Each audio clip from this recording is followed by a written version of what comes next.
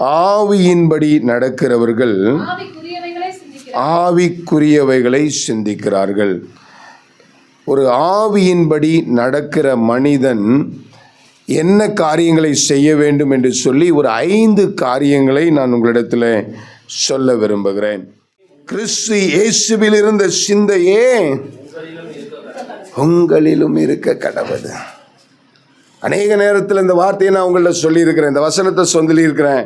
அநேக நேரத்தில் நான் ஜெபிக்கும் போது கூட சொல்லி ஜெபித்திருக்கிறேன். ஆண்டவரே, உங்களில் இருந்து அந்த ஏக சிந்தை எங்களுடைய வாழ்க்கையில் இருக்கட்டும், எங்கள் ஐக்கியத்தில் இருக்கட்டும், எங்கள் குடும்பத்தில் இருக்கட்டும்னு சொல்லியிருக்கிறேன். அதை தான் பவுல் சொல்றாரு.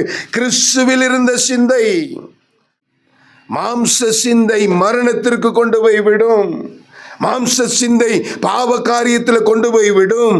அந்த பாவம் நம்மை மரணத்திற்குள் கொண்டு போய் விடும். ஆனால் ஆவியின் சிந்தை, தேவனுக்கு பிரியமான சிந்தை, ஆவிக்குரிய வாழ்க்கையை பலப்படுத்துகிற தேவனுடைய வார்த்தையின் சிந்தை நம்ம என்ன பண்ணுமா, ஜீவனுக்குள்ளேயும் சமாதானத்துக்குள்ளேயும் அது கொண்டு போய் விடுகிறதா இருக்கும். ஆமீன் சொல்லுங்க பார்க்கலாம். பூமியில ஏதோ வாழ்கிறோம், ஏதோ இந்த நாட்களில் இந்த மனைவி, இந்த கணவன், இந்த பிள்ளைகள், இப்படிப்பட்ட வாழ்க்கை, இந்த வேலை, இவ்வளவுதான். இந்த உலகத்திற்காக வாழாதபடிக்கு இல்லை. இதெல்லாம் ஒரு பக்கம் இருக்க, என்னை ஆண்டவர் தெரிந்து கொண்டார், அவருக்காக வேறு பிரித்திருக்கிறார், அவருக்காக வாழ்வதற்காக நான் அர்ப்பணித்திருக்கிறேன், அவரை வெளிப்படுத்துவதற்காக அழைக்கப்பட்டிருக்கிறேன் என்று சொல்லி அந்த ஆவிக்குரிய சிந்தனை உங்களுடைய சிந்தனையில் வரணும் என்று சொல்லி ஆண்டவர் விரும்புகிறார். ஆமீன் சொல்லுங்க. கிருபை இரக்கம் நிறைந்த எங்கள் அன்பின் ஆண்டவரே, சகல பிரசாபங்களை பார்க்கிலும் கர்த்தர் நீர் உம்முடைய வார்த்தையை மேன்மைப்படுத்தியிருக்கிறீர். உம்முடைய வார்த்தை ஆண்டவரே எங்களுடைய வாழ்க்கையில் ஒரு விஷயம் கூட என்னுடைய ஆவிக்குரிய மனிதனை தட்டி எழுப்பவும், அது ஒன்று கட்டப்படவும், எங்களுக்கு ஆசீர்வாதம் உள்ளதாய் மாற கர்த்தர் நீர் எங்களுக்கு கிருபை பாராட்டும். கிருபையின் கருத்தில் எங்களை அர்ப்பணித்து தாழ்த்துகிறோம். ஜெபத்தை கேட்டக்காக ஸ்தோத்திரம்.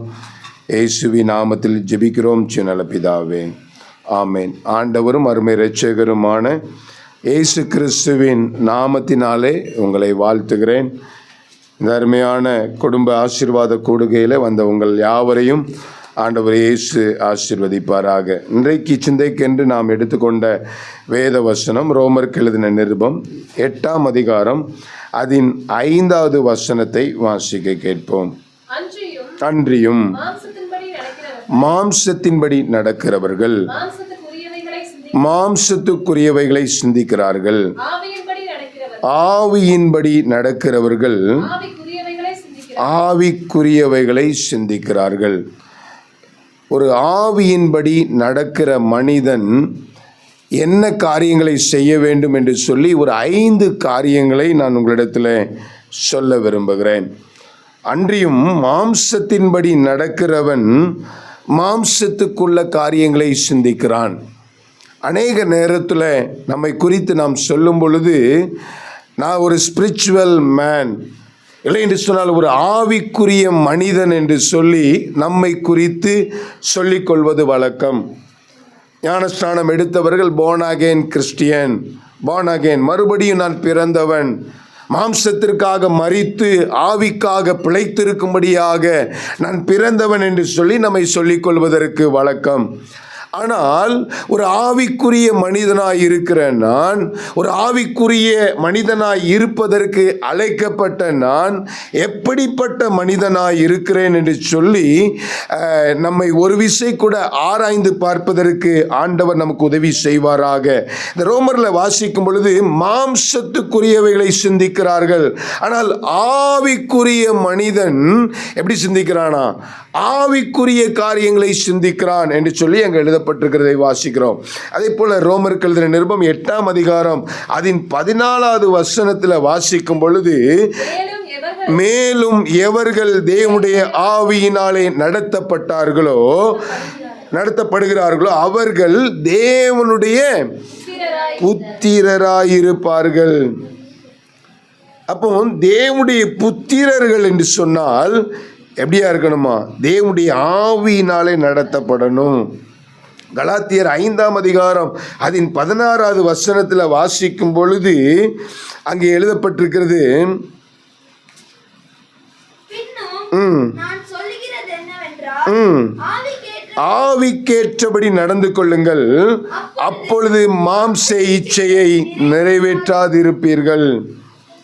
கலாத்தியர் 5:18 சொல்லுது, ஆவியினாலே நடத்தப்படுவீர்களே ஆனால் நீங்கள் நியாய பிரமாணத்திற்கு கீழ்ப்பட்டவர்கள் அல்ல.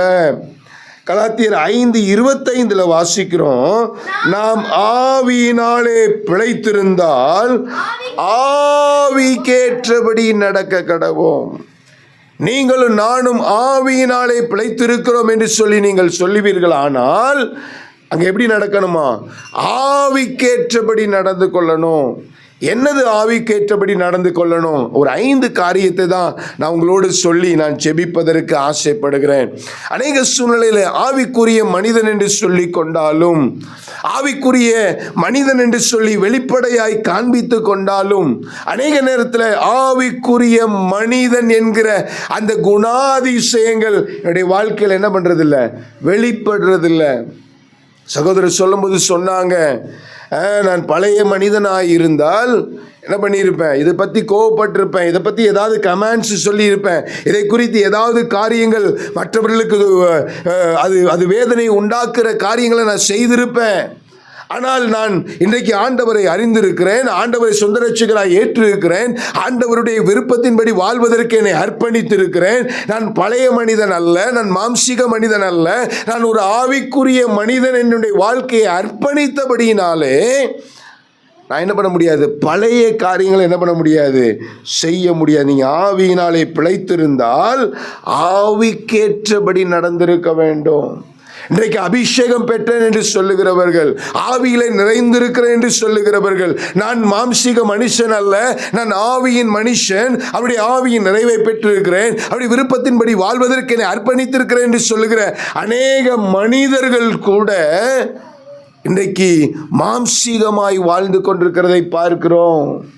மாம்சீகத்தை வெளிப்படுத்துகிறதை பார்க்கிறோம். நம்முடைய வாழ்க்கையில் அநேக பாகங்களில், அநேக பகுதியில், அநேக நேரத்தில் எந்த மனிதன் வெளிப்படுகிறவனாய் இருக்கிறான்? ஆவிக்குரிய மனிதனாய் பிறந்து எத்தனை வருடங்கள் ஆகிவிட்டது? ஆவிக்குரிய மனிதன் என்று சொல்லி தன் நம்மை அர்ப்பணித்து அவனுடைய சமூகத்தில் ஏற்றுக்கொண்டு எத்தனை வருடங்கள் ஆகிவிட்டது? ஆனால் நம்முடைய வாழ்க்கையில் அந்த ஆவிக்குரிய சிந்தனைகள், அந்த ஆவிக்குரிய செயல்பாடுகள், அந்த ஆவிக்குரிய காரியங்கள் வெளிப்படுத்துகிற காரியம் நம்முடைய வாழ்க்கையில் வெளிப்படுகிறதா? ஒரு ஆவிக்குரிய மனிதன் எப்படி இருக்க வேண்டும்? என்னோடு சேர்ந்து திருப்பிக் கொள்ளுங்கள். ரோமருக்கு எழுதின நிருபம் 8 அதன் 5 வாசிக்கும் பொழுது, முதலாவது ஆவிக்குரிய மனிதன் செய்ய வேண்டிய காரியம், அன்றியும் மாம்சத்தின்படி நடக்கிறவர்கள் மாம்சத்துக்குரியவைகளை சிந்திக்கிறார்கள், ஆவியின்படி நடக்கிற ஆவிக்குரிய மனிதன் என்ன பண்றானாமா? ஆவிக்குரியவைகளை சிந்திக்கிறான். முதலாவது ஒரு ஆவிக்குரிய மனிதனுடைய வாழ்க்கையில மாற வேண்டிய முதலாவது காரியம் சிந்தை மாற வேண்டும். என்ன மாறணுங்க? சிந்தை. நிறைய நேரத்தில் சிந்தனையில, இருதயத்தில் நான் ஆவிக்குரிய மனிதன் என்று இல்லை. ஆலயத்துக்கு வருகிற நேரத்தில், ஆலயத்தில் ஆராதிக்கிற நேரத்தில் ஏதோ ஆண்டவரை ஆராதிக்கிறேன், ஆண்டவரை துதிக்கிறேன், அவ்வளோதான். கொஞ்ச நேரம் போயிட்டேன்னா வெளியில் போயிட்டா எனக்கும் ஆவிக்குரிய மனுஷனுக்கும் என்ன இல்லை, எந்த சம்பந்தமும் இல்லை. காரணம் என்ன? என்னுடைய குணாதிசயங்கள், என்னுடைய செயல்பாடுகள் அதை வெளிப்படுத்துவதற்கு காரணம் என்ன? என்னுடைய சிந்தனையில் நான் ஆவிக்குரிய மனிதன் என்கிற அந்த எண்ணம் இல்லை. நான் இப்பவும் சொல்வேன், இயேசுவை போல யோசிக்கணும். இயேசு அவனை குறித்து என்ன நினைப்பார் என்கிற காரியங்களை யோசிக்கணும்.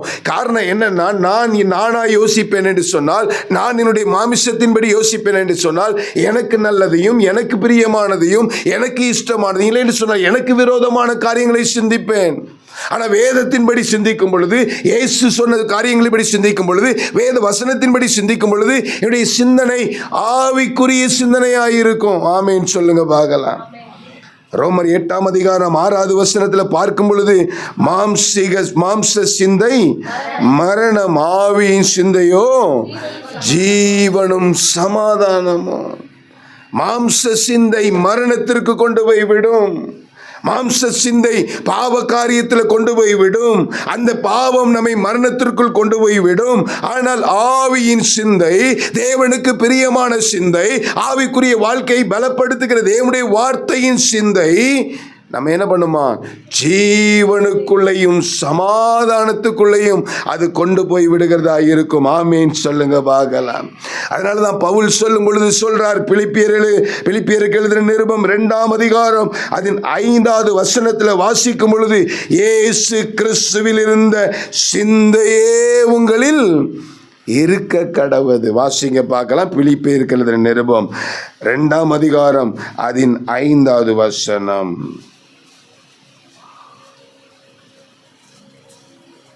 இருக்கா பைபிள்ல? கிறிஸ்து இயேசுவில் இருந்த சிந்தையே உங்களிலும் இருக்க கடவுது. அநேக நேரத்தில் இந்த வார்த்தையை நான் உங்கள்ட்ட சொல்லியிருக்கிறேன், இந்த வசனத்தை சொல்லியிருக்கிறேன். அநேக நேரத்தில் நான் ஜெபிக்கும் போது கூட சொல்லி ஜெபித்திருக்கிறேன். ஆண்டவரே, உங்களில் இருந்து அந்த ஏக சிந்தை எங்களுடைய வாழ்க்கையில் இருக்கட்டும், எங்கள் ஐக்கியத்தில் இருக்கட்டும், எங்கள் குடும்பத்தில் இருக்கட்டும்னு சொல்லியிருக்கிறேன். அதை தான் பவுல் சொல்றாரு, கிறிஸ்துவில் இருந்த சிந்தை. கிறிஸ்து மாம்சத்தை குறித்து சிந்திக்கவில்லை, கிறிஸ்து மாம்சிகத்தை குறித்து பேசவில்லை, கிறிஸ்து மாம்சத்தை குறித்து செயல்படவில்லை, கிறிஸ்து மாம்சத்தின் கிரியைகளை வெளிப்படுத்தவில்லை. அப்படி சிந்தனை, பேச்சு, செயல்பாடு, நிறைவேற்றின சகல காரியங்களும் ஆவிக்குரிய காரியங்களாக இருந்துச்சு. ஆமேன் சொல்லுங்க பார்க்கலாம். வாசிக்கும் பொழுது, சுவிசேஷங்களில் வாசிக்கும் பொழுது ஆண்டவர் சொல்றாரு, என்னுடைய பிதாவின் சித்தத்தை நிறைவேற்றுவதே எனக்கு என்னவா இருக்குதான், போஜனமாய் இருக்குது. எனக்கு காலையில் இட்லி தான் போஜனம், எனக்கு மதியானம் சாப்பாடு தான் போஜனம், நைட்டான ஒரு டிஃபன் தான் போஜனம். ஆனால் இயேசுவின் சிந்தை, இயேசுவின் ஆகாரம், இயேசுவின் போஜனம் தன்னுடைய பிதாவின் சித்தத்தை நிறைவேற்றுகிற காரியம். அப்படி ஆவிக்குரிய காரியத்தை நிறைவேற்றுகிற சிந்தை இயேசுவில் இருந்தது போல, நீங்கள் ஏதோ இந்த நாட்களில் பூமியில ஏதோ வாழ்கிறோம், ஏதோ இந்த நாட்களில் இந்த மனைவி, இந்த கணவன், இந்த பிள்ளைகள், இப்படிப்பட்ட வாழ்க்கை, இந்த வேலை, இவ்வளவுதான், இந்த உலகத்திற்காக வாழாதபடிக்கு இல்லை. இதெல்லாம் ஒரு பக்கம் இருக்க, என்னை ஆண்டவர் தெரிந்து கொண்டார், அவருக்காக வேறு பிரித்திருக்கிறார், அவருக்காக வாழ்வதற்காக நான் அர்ப்பணித்திருக்கிறேன், அவரை வெளிப்படுத்துவதற்காக அழைக்கப்பட்டிருக்கிறேன் என்று சொல்லி அந்த ஆவிக்குரிய சிந்தனை உங்களுடைய சிந்தனையில வரணும் என்று சொல்லி ஆண்டவர் விரும்புகிறார். ஆமீன் சொல்லுங்க பார்க்கலாம். யாரு வேணாலும் எப்படி வேணாலும் இருக்கட்டும், இயேசுவை வணங்குகிறவள் யாரு வேணாலும் எப்படி வேணாலும் இருக்கட்டும், ஆனா இயேசுவை வணங்குகிற இயேசுவின் சிந்தை உள்ளவனாக, இயேசுவின் சுபாவத்தை உடையவனாக, இயேசுவை வெளிப்படுத்துகிறவனாக இருப்பேன் என்று சொல்லி நீங்க உங்களை அர்ப்பணிக்கணும். ஆமீன் சொல்லுங்க பார்க்கலாம். அல்லேலூயா. 1 கொரிந்தியர் 2ஆம் அதிகாரம் 16வது வசனத்தில் வாசிக்கும் பொழுது, கர்த்தருக்கு போதிக்கத்தக்கதாக அவருடைய சிந்தனை அறிந்தவன் யார்? எங்களுக்கோ கிறிஸ்துவில் சிந்தை உண்டாயிருக்கிறது. கர்த்தருக்கு போதிக்கத்தக்க அவருடைய சிந்தனை அறிந்தவன் யார்? சிந்தனை அறிந்தவன் யார்? எங்களுக்கோ கிறிஸ்துவின் சிந்தனை, கிறிஸ்துவின் சிந்தனை. அங்க கொரிந்தியர் சபை சொல்றாங்க, எங்களுக்கு இருக்கிற சிந்தனை கிறிஸ்துவின் சிந்தனை. எத்தனை பேர் சொல்ல முடியும்? சமாதான ஜெப மையத்தின் ஐக்கியத்தில் இருக்கிற நீங்க எத்தனை பேர் சொல்ல முடியும்? இந்த குடும்பத்தில் அங்கத்தினராக இருக்கிற நீங்க எத்தனை பேர் சொல்ல முடியும், எனக்கு கிறிஸ்துவின் சிந்தை இருக்குது, என்னுடைய வெளிப்பாடு, என்னுடைய கிரியைகள், என்னுடைய ஆட்டிடியூட் எல்லாம் கிறிஸ்துவை வெளிப்படுத்துகிறதா இருக்குன்னு சொல்லி எத்தனை பேர் சொல்ல முடியும்? முதலாவது ஆவிக்குரிய மனிதன் என்ன பண்றான்? ஆவிக்குரிய காரியங்களை சிந்திக்கிறான். இரண்டாவது ஆவிக்குரிய மனிதன் என்ன பண்ணணும்? வாசிங்க பார்க்கலாம். 1 கொரிந்தியர் 12ஆம் அதிகாரம் 1வது வசனத்தில் வாசிக்கும் பொழுது, அன்றியும் சகோதரரே, ஆவிக்குரிய வரங்களை குறித்து நீங்கள் அறியாதிருக்க எனக்கு மனதில்லை. ரெண்டாவது முதலாவது ஆவிக்குரிய மனிதன் என்ன பண்றான்? ஆவிக்குரிய காரியங்களை சிந்திக்கிறான். ரெண்டாவது ஆவிக்குரிய மனிதன் என்ன செய்யறான்னா, ஆவிக்குரிய வரங்களை பெற்றிருப்பான். ஆமென் சொல்லுங்க பார்க்கலாம். என்ன பெற்றிருப்பானாமா?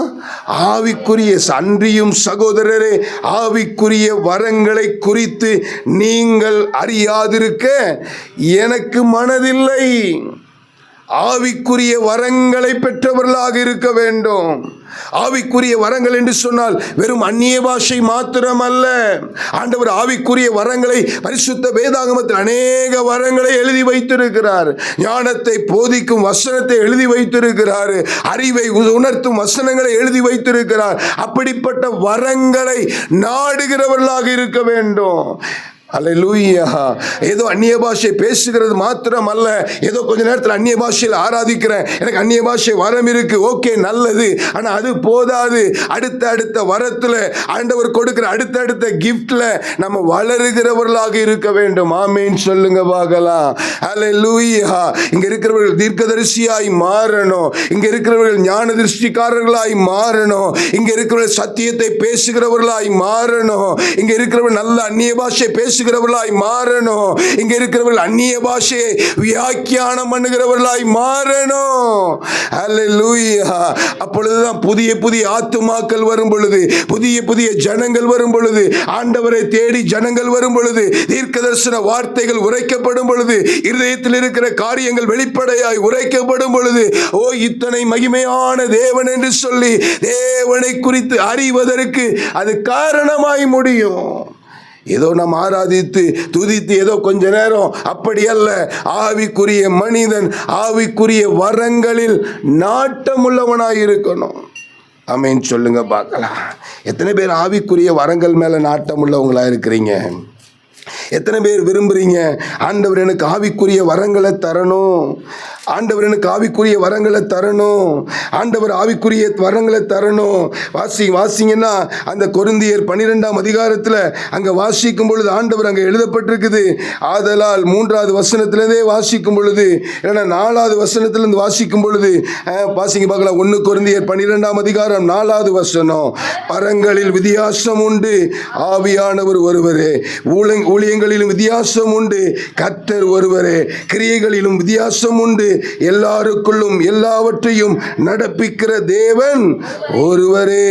ஆவியினால் அனுக்கிரகம் அவனுடைய பிரயோஜனத்திற்கென்று அளிக்கப்பட்டிருக்கிறது. எப்படி எனில் 8வது ஒருவனுக்கு ஆவியினாலே ஞானத்தை போதிக்கும் வசனமும், வேறொருவனுக்கு அந்த ஆவியினாலே அறிவை உணர்த்தும் வசனமும், வேறொருவனுக்கு அந்த ஆவியினாலே விசுவாசமும், வேறொருவனுக்கு அந்த ஆவியினாலே குணமாக்கும் வரங்களும், வேறொருவனுக்கு அற்புதங்களை செய்யும் சக்தியும், வேறொருவனுக்கு தீர்க்க தரிசனம் உரைத்தலும், வேறொருவனுக்கு ஆவிகளை பகுத்தறிதலும், வேறொருவனுக்கு பற்பல பாஷைகளை பேசுதலும், வேறொருவனுக்கு வியாசைகளை வியாக்கியானம் பண்ணுதலும் அளிக்கப்பட்டிருக்கிறது.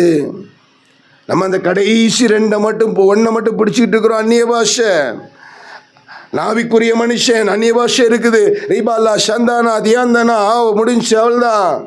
ஆண்டவர் எத்தனை வரங்களை எழுதி வைத்திருக்கிறார், எத்தனை தாளந்துகளை எழுதி வைத்திருக்கிறார், எத்தனை கிஃப்ட்டுகளை கத்தரை வெளிப்படுத்தி வைத்திருக்கிறார், எழுதி வைத்திருக்கிறார். அதை நாம் எந்த அளவுக்கு வாஞ்சிக்கிறவர்களாக இருக்கிறோம்?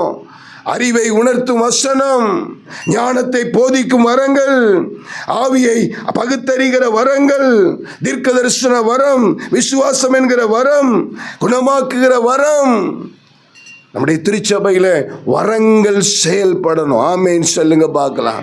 கிஃப்ட் ஆப்ரேட் ஆகணும். ஊழியக்காரன் மாத்திரமல்ல, எல்லா மக்களும்.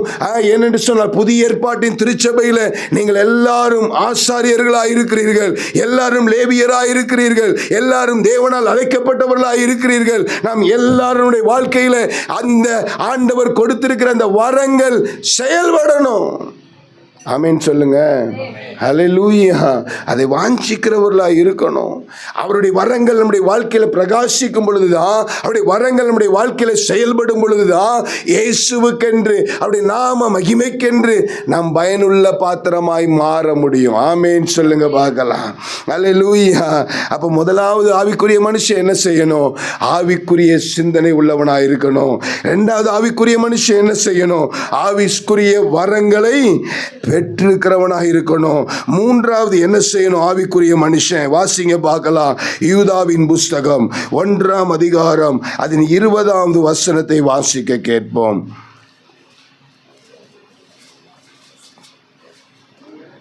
வெளிப்படுத்தலுக்கு முன்னாடி உள்ள புஸ்தகம் யூதா 1:20.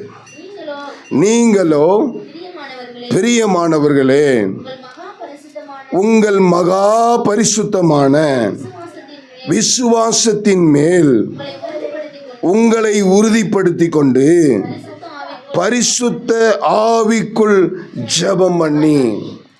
மூன்றாவது ஆவிக்குரிய மனிதன் செய்ய வேண்டிய காரியம் ஆவியிலே நிறைந்து ஜெபிக்கிறவனாயிருப்பான். எதில் ஜெபிப்பானா? நாவினால் ஜெபிக்கிறவனாய் அல்ல, இல்லை சிந்தனை நிமித்தமாய் ஜெபிக்கிறவனாய் அல்ல, இல்லை என்று சொன்னால் ஏதோ மாம்சீகமாய் 4 வார்த்தைகளை சொல்லி ஜெபிக்கிறவனாய் அல்ல.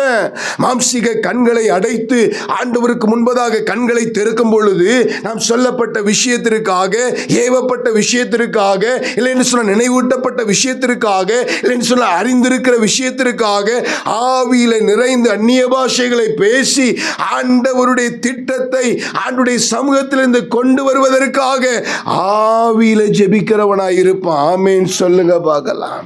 நம்ம ஜெபிச்சா எத்தனை பேர் எழும்புவாங்க? நம்ம ஜெபிச்சா எத்தனை பேர் தூங்குவாங்க? அல்லேலூயா. நாம் ஜெபிக்கிற ஜெபம் மற்றவர்களை தட்டி எழுப்புகிறதா இருக்கணும். ஆமென் சொல்லுங்க பார்க்கலாம். நாம் ஜெபிக்கிற ஜெபம் மற்றவருடைய விசுவாசத்தை பலப்படுத்துகிறதா இருக்க வேண்டும். ஆமென் சொல்லுங்க பார்க்கலாம். ஆவியில நிறைந்து ஜெபிக்கும் பொழுது, பரிசுத்தாவின் உதவியில ஜெபிக்கும் பொழுது, தேவனுடைய வார்த்தைகளை சொல்லி ஜெபிக்கும் பொழுது அந்த ஜெபத்தில் ஒரு பெரிய உணர்வு ஏற்படும், ஒரு அபிஷேகம் வெளிப்படும், தேவனுடைய திட்டம் வெளிப்படும். அந்த காரியத்தில் கர்த்தர் விடுதலை கொடுப்பார். ஆமென் சொல்லுங்க பார்க்கலாம். ஏதோ நம்ம ஜெபிக்க சொன்னாங்க அப்படின்னு சொல்லி ஏதோ 2 வார்த்தையை சொல்லி ஜெபிப்பதற்காக அல்ல. ஜெபத்தை அந்த விஷயத்தை கேட்டதுக்கு அப்புறம், அந்த விஷயத்தை அறிஞ்சதுக்கு அப்புறம் கண்ணை மூடிட்டோன்னா அதோட மாம்சீக மனுஷனுடைய காரியம் முடிஞ்சிருச்சு. ஆவியின் மண்டலத்தில் போராடுகிற அந்த போராட்டத்தோடு ஜெயிக்கிறவர்களாக இருக்க வேண்டும். ஆமென் சொல்லுங்க பார்க்கலாம். அல்லேலூயா, அல்லேலூயா. ஆவிக்குரிய மனுஷன் ஜெபிக்கிற ஜெபத்திற்கும் மாம்சீகமாய் ஜெபிக்கிற ஜெபத்திற்கும் வித்தியாசம் உண்டு. ஆமென் சொல்லுங்க பார்க்கலாம். என்னதான் ஆண்டவருடைய வார்த்தையை பேசினாலும், என்னதான் 4 வசனத்தை அதுல போட்டாலும், ஆவிக்குரிய மனுஷன் ஜெபிக்கும் பொழுது அதுல கூடி இருக்கிறவங்களுடைய எல்லாருடைய மத்தியத்திலும் ஒரு பெரிய உணர்வு ஏற்படும். ஆமென் சொல்லுங்க. அவங்களை துதிக்க ஆரம்பிப்பாங்க, அவங்களை ஜெபிக்க ஆரம்பிப்பாங்க. ஏன்னா ஆவியில ஜெபிக்கிற ஆவிக்குரிய மனிதன் ஆவியில நிறைந்து ஜெபிப்பான். ஆமென் சொல்லுங்க பார்க்கலாம். அல்லேலூயா. நீங்க ஜெபிக்கும் பொழுது, தனிப்பட்ட ஜீவிதத்தில் ஜெபிக்கும் பொழுது, மற்றவர்களுக்காக ஜெபிக்கும் பொழுது, மற்றவர்களுக்கு முன்பதாக ஜெபிக்கும் பொழுது, மற்றவர்கள் சொல்லப்பட்ட காரியத்திற்காக ஜெபிக்கும் பொழுது, நீங்கள் ஆவிக்குரியவர்களாய் ஆனால் நீங்கள் ஆவியில நிறைந்து ஜெபிக்கிறவர்களாய் இருக்கணும். ஆமென் சொல்லுங்க. கண்ணை மூடிட்டா நானும் ஆண்டவரும் தான். ஆமென் சொல்லுங்க. அநேக நேரத்தில் நம்ம ஆராதனையில் கண்ணை திறந்து இருக்கிறோம், ஜெபத்தில் கண்ணை திறந்து இருக்கிறோம். இல்ல, மாம்சிக கண்ணை மூடிடணும். ஆண்டவரும் நானும். ஆராதனை ஆண்டவரும் நானும். ஜெபம் என்று சொன்னால் ஆண்டவரும் நானும். ஜெபம் என்று சொன்னால் ஆண்டவரும் சொல்லப்பட்ட விஷயமாய் சாத்தானோடு போராடி இயேசுவின் நாமத்திலே வெற்றியை கொண்டு வருகிறவனாக, ஜெயத்தை கொண்டு வருகிறவனாக இருக்க வேண்டும். ஆமென் சொல்லுங்க பார்க்கலாம். அல்லேலூயா. அன்று சொல்றார், ஒரு மனப்பட்டு என்ன கேட்டாலும் என்ன பண்ணுவேன்? தருவேன். அது மட்டும் இல்ல, ஒரு மனப்பட்டு பரலோகத்தில் சமணிக்கணும். பூமியில எதை கட்டவிழ்ப்பானோ அது என்ன பண்ணுமா? பரலோகத்தில் கட்டவிழ்க்கப்படும். எதை பூமியில கட்டுவானோ அது என்ன பண்ணும்? பரலோகத்தில் கட்டப்படும். அப்ப பாருங்க, ஒரு ஆவிக்குரிய மனுஷனுக்கு ஆண்டவர் கொடுத்திருக்கிற அத்தாரிட்டியை பாருங்க, ஆண்டவர் கொடுத்திருக்கிற பவரை பாருங்க, ஆண்டவர் கொடுத்திருக்கிற அங்கீகாரத்தை பாருங்க, ஆண்டவர் கொடுத்திருக்கிற அதிகாரத்தை பாருங்க. நீங்க ஒரு மனப்பட்டு இங்க கட்டும் பொழுது பரலோகத்தில் என்ன பண்ணும்? கட்டப்படும். எத்தனை பேர் நம்புறீங்க? எத்தனை பேர் நம்புறீங்க? அல்லேலூயா, அல்லேலூயா. எத்தனையோ என்னுடைய ஊழிய பாதையில் நான் பார்த்துருக்கிறேன், எத்தனையோ காரியங்களை பார்த்துருக்கேன். பிசாசு ஆடும் பொழுது வெறுமன தண்ணியை சோமன் இப்படி தெளிக்கும் பொழுதே சில மாற்றத்தை பார்த்துருக்கிறேன், அடங்குகிறதை பார்த்துருக்கிறேன். ஏன் என்று சொன்னால் அத்தாரிட்டியை, அதிகாரத்தை பரலோகம் நமக்கு கொடுத்திருக்கிறது. ஆமென் சொல்லுங்க பார்க்கலாம். ஆவியில் நிறைந்து ஜெபிக்கிற மனுஷனுடைய வாழ்க்கையில ஆண்டவர் பெரிய பெரிய வித்தியாசத்தை உண்டு பண்ணுவார். ஆமென் சொல்லுங்க பார்க்கலாம். அல்லேலூயா. அப்போஸ்தலர் 7ஆம் அதிகாரம் 55வது வசனத்தில் வாசிக்கும் பொழுது அங்கே எழுதப்பட்டிருக்கிறது, வாசிங்க பார்க்கலாம். அப்போஸ்தலர் 7:55. அவன் பரிசுத்த ஆவியினாலே நிறைந்தவனாய் வானத்தை அண்ணாந்து பார்த்து தேவனுடைய மகிமையும் தேவனுடைய வலது பாரிசத்தில் இயேசு நிற்கிறதையும் யோசிச்சு பாருங்க. ஆவியில நிறைஞ்சிருக்கிறவனுக்கு என்ன தெரியுதுங்க? வானம் திறந்து இருக்குது. இங்கே இது யாருடைய சம்பவத்தை போட்டிருக்குது? ஸ்தேவானுடைய சம்பவத்தை போட்டிருக்குது. சேவானை கல்லெறிந்து கொள்வதற்கு முன்பதாக கல்லெறியும் பொழுது அவன் பரிசுத்த ஆவியானவளை நிறைந்து வானத்தை பார்க்குறான். வானம் என்ன பண்ணி இருக்குது? திறந்து இருக்குது. அங்கே என்ன பண்ணியிருக்கார் ஆண்டவர்? அண்ணாந்து பார்த்து தேவனுடைய மகிமையையும் தேவனுடைய வலது பாரிசத்தில் இயேசு என்ன பண்ணுறாராமா? நிற்கிறதையும். நீ ஆவியில ஜெபிச்சா வானம் உங்களுக்காக திறக்கப்படும். நீங்க ஆவியில ஜெபிச்சா உங்களை தேவனை நீங்க முகமுகமாய் தரிசிக்க முடியும். ஹல்லேலூயா. சேவான் ஜெபிக்கும் பொழுது, ஆவியில நிறைந்திருக்கும் பொழுது, அவன் வானம் அவனுக்காக திறக்கப்படுது. அவனை எதிர்த்துவதற்கு இயேசு அங்கே நிற்கிறதை பார்க்கிறான். ஆமென் சொல்லுங்க பார்க்கலாம். அப்ப பாருங்க, ஆவியில நிறைந்தவன் என்ன பண்ணுவான்? ஆவிக்குரிய மனிதன் ஆவியில நிறைந்து செபிக்கிறவனாய் இருப்பான். ஆமென் சொல்லுங்க பார்க்கலாம். அடுத்தது 4வது காரியம், கலாத்தியர் 5ஆம் அதிகாரம் 22வது வசனத்தை வாசிக்கும் பொழுது அங்கே எழுதப்பட்டிருக்கிறது, ஆவிக்குரிய மனிதன் கனிகளால் நிறைந்திருப்பான். 4வது என்னது? முதலாவது என்ன சொன்னேன்? ஆவிக்குரிய மனுஷன்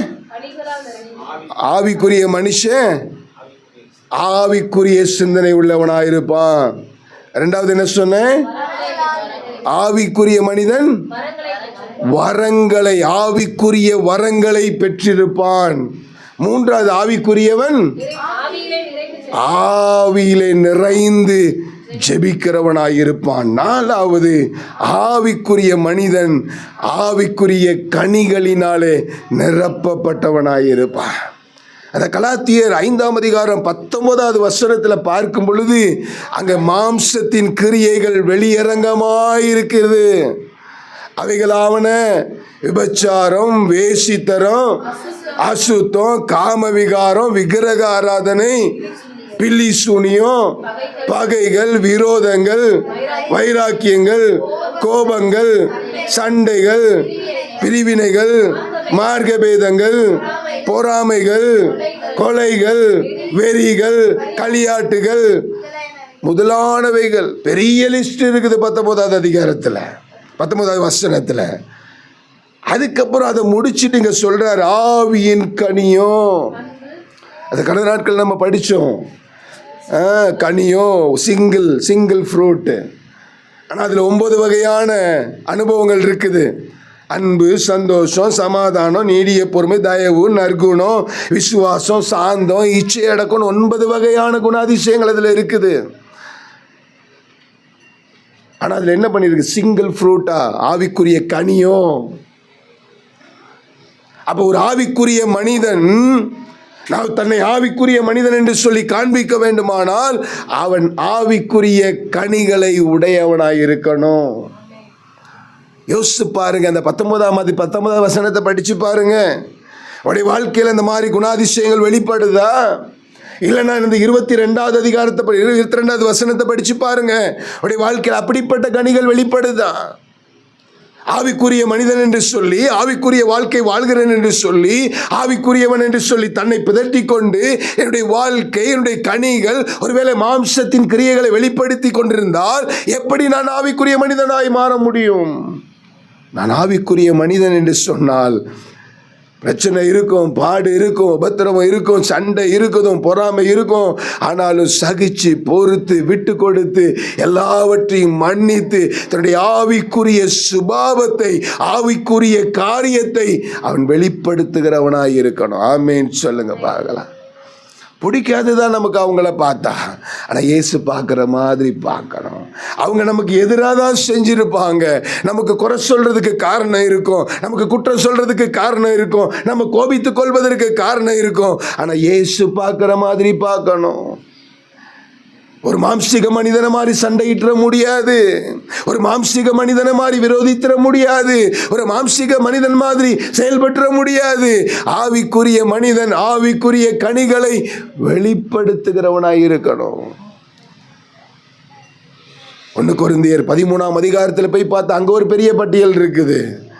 ஒரே ஒரு கனிக்கு உள்ள பட்டியல், அங்க பெரிய பட்டியல். 1 கொரிந்தியர் 13ஆம் அதிகாரம் 1வது வசனத்தை 4வது வசனத்தை வாசிங்க. தூதர் பாஷைகளை பேசினாலும் அன்பு எனக்கு இராவிட்டால், ஒருவேளை நான் வரங்களை பெற்றிருக்கலாம், அந்நிய பாஷை பேசலாம், தீர்க்க தரிசனம் சொல்லலாம், எல்லாவற்றையும் ஞானத்தை வெளிப்படுத்துகிறவனாய் இருக்கலாம். ஆனால் ஆவிக்குரிய மனிதன் என்று சொல்லி ஆவிக்குரிய வரங்கள் இருந்து விட்டு என்னுடைய ஆவிக்குரிய கனிகள் வெளிப்படவில்லை என்று சொன்னால் நான் ஆவிக்குரிய மனிதனா என்ன பண்ண முடியாது. மனிதர் பாசையும் தூதர் பாசை பேசினாலும் அன்பு எனக்கு இராவிட்டால் சத்தம் இடுகிற என்ன மாதிரியா, காப்பர் மாதிரி, இல்லைன்னா பித்தாளை மாதிரி. பக்கத்தில் இருக்கவங்களை பாருங்க, பித்தாளையா தங்கமான்ட்டு. சின்ன பிள்ளைங்களை சொல்லுவாங்க, ஐயோ இது சொக்க தங்கம். என் மனைவி அடிக்கடி என் பையனை இப்போ சொல்லுவா, நீ தங்கம் அப்படின்னு. அவன் உடனே சொல்லுவான், தங்கம்னா கொண்டு போய் வில்லுங்கன்ட்டு. நானும் நினைப்பேன், விற்றா கூட பரவாயில்ல, நிறைய காசு கிடைக்குமேன்ட்டு. லட்டு புட்டு தங்கம். ஆனால் நம்முடைய கேரக்டர் எப்படிப்பட்ட கேரக்டராக இருக்குது? தங்கமாக இருக்கிறோமா இல்லை தகரமாக இருக்கிறோமா? இங்கே போட்டிருக்குது, பித்தாளையை பற்றி போட்டிருக்குது, வெங்கலம். உனக்கு அன்பு இல்லை அப்படின்னா நீ எப்படி இருப்ப? ஆமாம். இங்கே கொஞ்சம் காப்பர்னாச்சும் போட்டு, காப்பர் கொஞ்சம் ரேட்டு தான், கூட தான். ஆனால் நீங்களாம் இரும்பு மாதிரி தான் இருக்கீங்க. உங்கள் கலர்லாம் பார்த்தா அப்படி தான் தெரியுது. கர்த்தருக்கு ஸ்தோத்திரம். அப்போ நம்ம ஆவிக்குரிய சுபாவத்தை வெளிப்படுத்தணும்னு ஆண்டவர் விரும்புகிறாரு. எதுக்காக இப்படிப்பட்ட கூட்டத்தை வச்சிருக்காரு? எதுக்கு இப்படிப்பட்ட போதனைகளை வச்சிருக்கிறாரு? எதற்காக வேதத்தில் இந்த வியாக்கியானங்களை பேசி அந்த வேதத்தின் அடிப்படையில் நம்மை சம்மதிக்க வைத்து வாழ்வதற்கு அர்ப்பணிக்க வைக்கிறதின் காரணம் என்ன? ஆண்டவருடைய விருப்பத்தின்படி நம்மை மாற்றி அமைக்க விரும்புகிறார். ஆமேன்னு சொல்லுங்க பார்க்கலாம். கலாத்தியர் 5:23 போட்டிருக்குது, சாந்தம் இச்சையடக்கம் இப்படிப்பட்டவர்களுக்கு விரோதமான பிரமாணம் ஒன்றும் இல்லை. அதுக்கப்புறம் கீழே போட்டிருக்கு பாருங்க, வாசிங்க பார்க்கலாம். கிறிஸ்துவுடையவர்கள் தங்கள் மாம்சத்தையும் என்ன பண்ணியிருக்காங்க? கிறிஸ்துவினுடையவர்கள் என்ன பண்ணியிருக்கிறாங்களாமா? மாம்சத்தையும் அதன் ஆசை இச்சையையும் சிலுவையில் அறைந்து விட்டு தன்னை வெளிப்படுத்துகிறது. எப்படி? ஆவிக்குரியவனாய், கனிகள் நிறைந்தவனாய், கிறிஸ்து வாழ்ந்ததை போல, கிறிஸ்து சொன்னதை போல, கிறிஸ்து செயல்படுத்தி காட்டினதை போல. ஒரு கணத்தில் அறிந்தால் மற்ற கணத்தை என்ன பண்ணணும்? நீங்களாம் எப்படி இருக்கிறீங்க? ஒன்று கொடுத்து பார்ப்போமா? இப்போல்லாம் பார்த்தா உங்களை பார்த்தா ஜீசஸ் மாதிரி தான் இருக்கிறீங்க. கொடுத்து பார்த்தா தான் தெரியும் நீங்கள் ஜீசஸா இல்லை வேற எதுமான்ட்டு. அப்போ ஆவிக்குரிய கனிகள் ஒரு ஆவிக்குரிய மனுஷனுடைய வாழ்க்கையில் என்ன பண்ணணும்? வெளிப்படுகிறதா இருக்கணும். 5வது காரியம் நான் சொல்லி ஜெபிக்க நான் உங்களை ஆசைப்படுகிறேன். 1 கொரிந்தியர் 2ஆம் அதிகாரம் அதன் 14வது வசனத்தில் வாசிக்கும் பொழுது, வாசிங்க பார்க்கலாம். 1 கொரிந்தியர் 2ஆம் அதிகாரம் 14. ஜென்ம சுபாவமான மனுஷனோ தேவனுடைய ஆவிக்குரியவைகளை ஏற்றுக்கொள்ளான். அவைகள் அவனுக்கு பைத்தியமா இருக்கும்.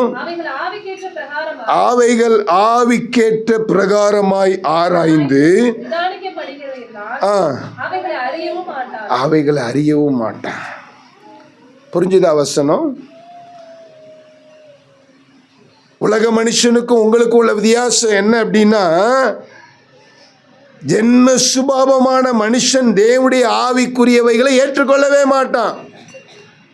ஏய், என்னையா சின்ன வயசுல கடவுள்ன்ட்டு, என்னையா சின்ன வயசுல சர்ச்சுன்ட்டு, நீ நல்லா ஓடி ஆடி சம்பாதிக்க ரெஸ்ட் எடுக்க சுத்த வேண்டிய வயசுல போய் நீ இப்படி கோயிலுன்னு இதெல்லாம் ஒரு வயசான காலத்தில் போனால் போதாதா? எத்தனை பேர் இந்த மாதிரி வார்த்தைகளை கேட்டிருக்கிறீங்க? உங்களை ஆவிக்குரிய மனுஷன்லேருந்து சாத்தா உங்களை விலக பண்ண வைக்க போகிறான்னு நீங்கள் நினச்சிக்கோங்க. இடையில கூட யாரோ சொன்னாங்க, ஏன் இப்போவே கடவுள்கிட்ட ஒன்று அர்ப்பணிச்சிட்டேன்னு சொல்கிற, ஒரு வயசான காலத்தில் போ, வயசான காலத்தில் போ. கரெக்டு.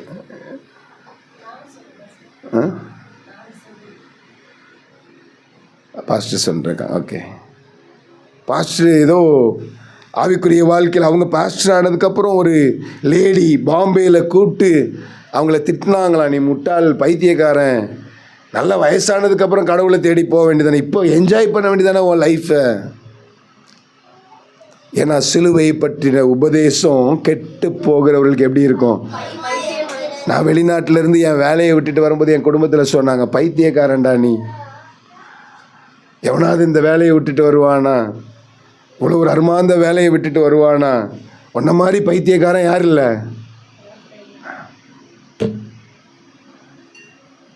அவனுக்கு என்ன பண்ணாது, புரியாது. நான் அங்கேருந்து மாதம் 1 லட்ச ரூபா 2 லட்ச ரூபா சம்பாதிக்கிறதும் சரி, நான் இங்கேருந்து 4 ஆத்துமாக்களை ஆதாயம் பண்ணுறது அதோட விலையேற பெற்றது. ஆவிக்குரிய காரியம் மாம்சீக மனிதனுக்கு புரிந்து கொள்ள முடியாது, ஏற்றுக்கொள்ள முடியாது, அவனால் அறிந்து கொள்ள முடியாது. ஜென்ம சுபாவமான மனுஷனோ தேவனுடைய ஆவிக்குரியவைகளை ஏற்றுக்கொள்ளான். அவைகள் அவனுக்கு பைத்தியமாய் தோன்றும். அவைகள் ஆவிக்கேற்ற பிரகாரமாய் ஆராய்ந்து நிதானிக்கப்படாதவைகளால். தமிழ் டீச்சர்னால நல்லா படிக்கிறாங்க. அவைகளை தமிழ் டீச்சர்னால என்னையவே திருத்துவாங்க. கர்த்தருக்கு ஸ்தோத்திரம். அப்போ ஆவிக்குரிய மனிதன் என்ன பண்ணணும்? நிதானித்தறிகிறவனாக இருக்கணும். 1 கொரிந்தியர் 2:15 வாசிக்கும் பொழுது, வாசிங்க சிஸ்டர். ஆராய்ந்து நிதானிக்கிறான். பார்த்தீங்களா? புரியுதா அந்த வசனம் உங்களுக்கு? ஆவிக்குரியவன் எல்லாவற்றையும் ஆராய்ந்து நிதானிச்சிருவான். இவன் கூட போனால் செட் ஆகுமா? இந்த இடத்துக்கு போனால் செட் ஆகுமா? இவன் இந்த ஃபோனை இப்போ எடுத்தா செட் ஆகுமா? பார்த்துருக்கிறீங்களா? கரெக்டாக அந்த பைபிள் கிளாஸ் கனெக்ட் ஆகும்போது தான் ஏதாவது கால் வரும். சைத்தான் அனுப்புவான் போல இருக்குது ரெடியாக. இது கனெக்ட் ஆகிட்டு இருக்கும்போது இது இடையில வந்து கிளாஷ் ஆகும். அதை கட் பண்ணிவிட்டு இது முன்னாடி வந்து டாயிங் டாயிங் டாயிங் அடிச்சிட்ருக்கோம். வந்திருக்குதா? அப்போ ஆவிக்குரிய மனிதன் அதை நிதானிப்பான். எனக்கு பைபிள் கிளாஸ் முக்கியமா, இந்த கால் முக்கியமா? இப்போ இந்த பைத்தியத்துக்கிட்ட பேசுனா ஒரு 15 நிமிஷம் என்னவாயிடும்? பைத்தியத்தோடு போயிடும். இதை விடு, இது நைட்டு பேசிக்கலாம், இப்போ யாரை எடு? கர்த்தருடைய வார்த்தையை முக்கியத்துவப்படுத்து. அந்த நிதானிக்கிற அந்த காரியம் யார்கிட்ட தான் இருக்கும்? ஆவிக்குரிய மனுஷன்ட்ட. ஆனாலும் அவன் மற்ற ஒருவனிலும் ஆராய்ந்து நிதானிக்கப்படான். புரிஞ்சுதா? உங்களை யாராலையும் என்ன பண்ண முடியாது? நிதானிக்கவே முடியாது. இப்படிதான் அப்படின்னு சொல்ல முடியாது. ஏன்னா ஆவிக்குரிய மனிதன் ஆவிக்குரிய ரீதியாக நடந்து போய்கிட்டே இருப்பான். அவனால் என்ன பண்ண, ஜட்ஜ் பண்ண முடியாது நம்மளை. பார்த்துருக்குறீங்களா? நம்ம நாளைக்கு இப்படி இருப்போம் அப்படின்னு யாராலும் ஜட்ஜ் பண்ண முடியுமா? அடுத்த நாள் கர்த்தர் நம்மளை எப்படி உயர்த்த போகிறா யாராவது ஜட்ஜ் பண்ண முடியுமா? அது மனுஷனுடைய சிந்தனைக்கு ஏற்படாத ஒன்று. நம்ம மற்றவங்களை நிதானித்தறிவோம், ஆனால் மற்றவங்க நம்மளை என்ன பண்ணவே முடியாது, நிதானிக்கவே முடியாது. 1 தெசலோனிக்கர் 5:21 வாசிக்கும் பொழுது அங்கே எழுதப்பட்டிருக்கிறது, எல்லாவற்றையும் சோதித்து பார்த்து நலமானதை பிடித்து கொள்ளுங்க. இன்னைக்கு பாருங்கள், ஆவிக்குரிய மனிதன்னு சொல்லி என்ன பண்ண முடியல? எல்லாவற்றையும் சோதித்து பார்த்து என்ன பண்ண முடியல? நலமானதை பிடித்து கொள்ள முடியல. உலகத்தோடு சேர்ந்து வாழ சொல்லுது.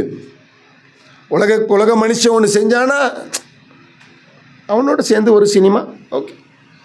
அவனோட சேர்ந்து ஒரு சுற்றுலா, ஓகே.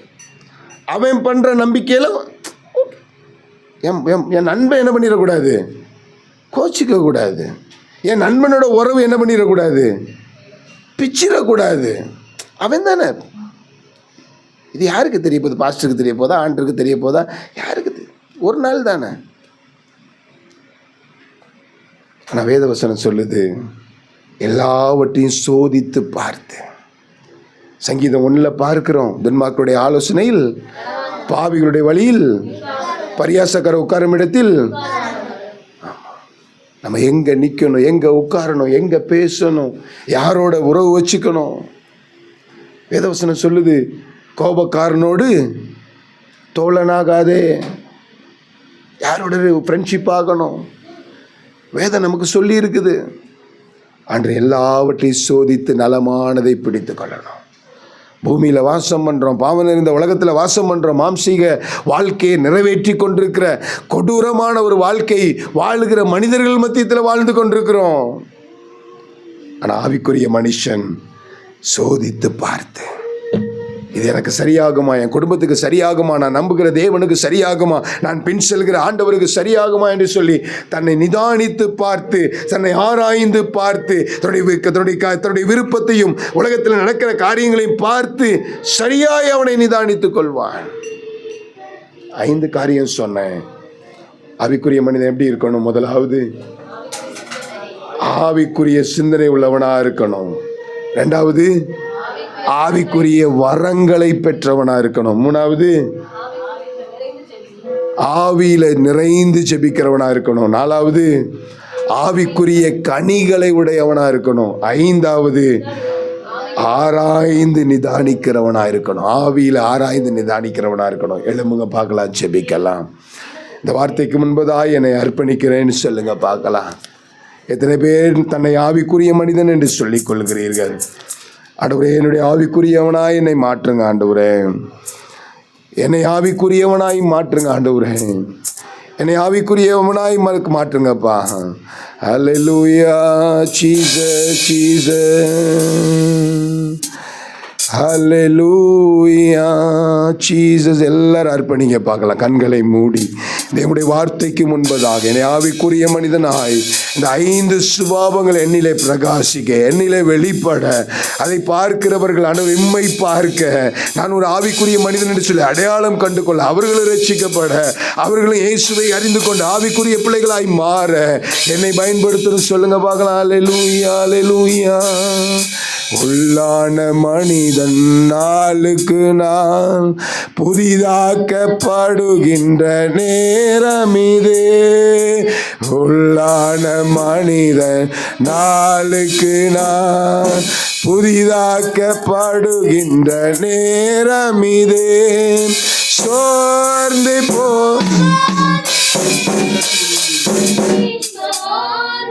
போகாதே,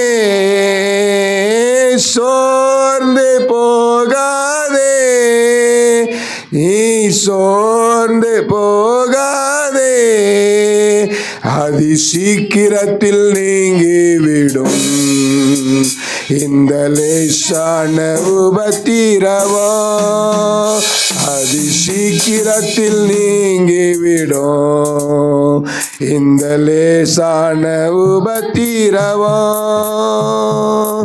சோர்ந்து போகாதே, நீ சோர்ந்து போகாதே, சோர்ந்து அம்மே, நீ சோர்ந்து போகாதே. உள்ளான மனித நாளுக்கு நேரமிது. உள்ளான மனித நாளுக்கு நான் புதிதாக்கப்படுகின்ற நேரமிது. சோர்ந்து போகாதே, நீ சோர்ந்து, ஓ ஜீசஸ், சோர்ந்து அம்மே, நீ சோர்ந்து போகாதே. ஈடு இணையில்லா மகிமை இதனால் நமக்கு வந்திடுமே ஈடு இணையில்லா மகிமை. இதனால் நமக்கு வந்திடுமே சோர்ந்து போம் ஜீசஸ் நீ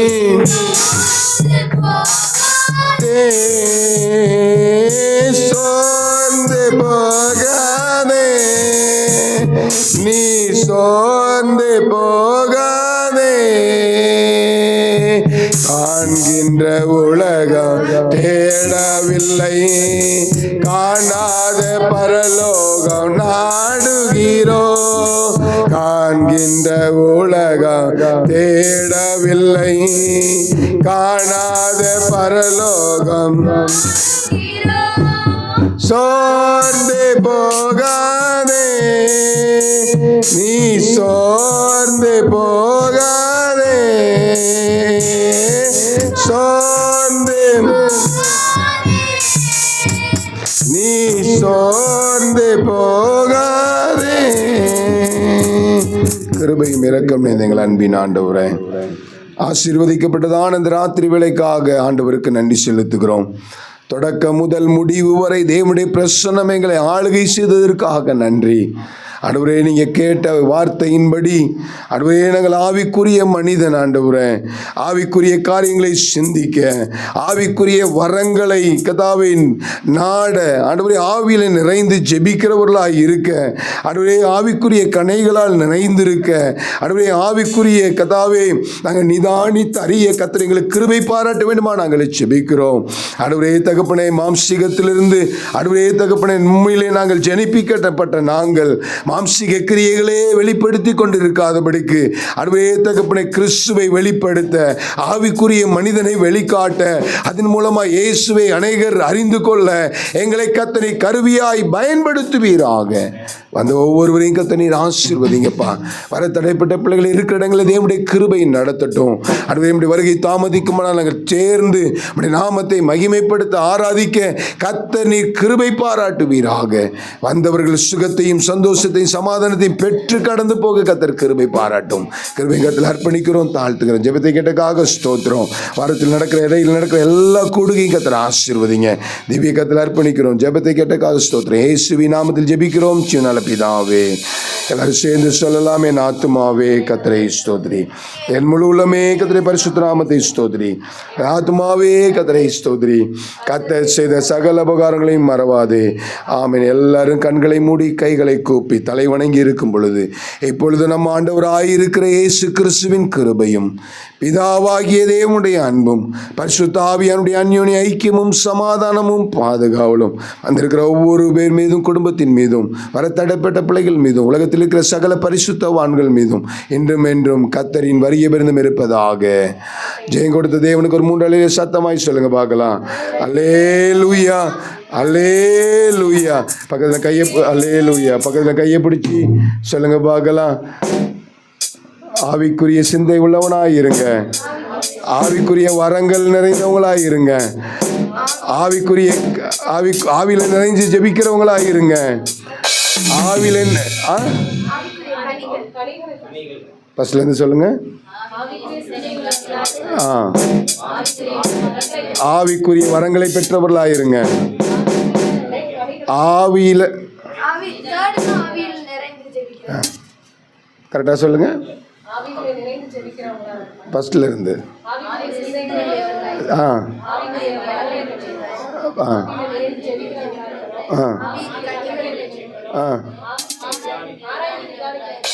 ஓகே. அப்படி 5 சொல்லி கர்த்தர் உங்களை ஆசீர்வதிப்பார்னு சொல்லுங்க. Praise the Lord.